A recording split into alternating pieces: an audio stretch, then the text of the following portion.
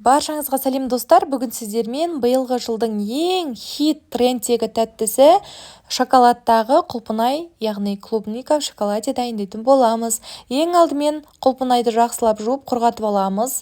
Құп-құрғақ болу керек, сонда біздің құлпынайларымыз әдемі болып шығатын болады.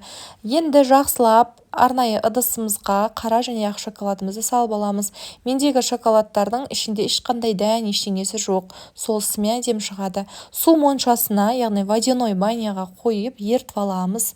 Сосын шпажканы бірінші құлпынайға тығып аламыз да, соны жақсылап малып шоколадқа батырып аламыз.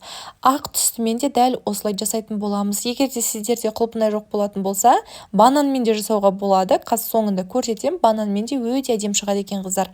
Міндетті түрде жасап көріңіздер, өте әдемі болады. Енді бетіне узор беру үшін осы кішкене шоколад алып қалсаңыздар болады.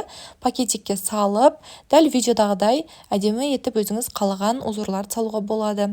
Тоңазытқышқа кішкене салып аласыздар, сәл қатқаннан кейін бетіне осылай узорларын салуға болады. Міндетті түрде жасап көріңіздер қыздар, өте дәмді және де өте әдемі болады. Дастарханға да алдын ала осылай жасап қоюға керемет идея болсын сіздерге. Әрі балаларыңызды қуантуға болады. Астарыңыз дәмді болсын, сіздермен бірге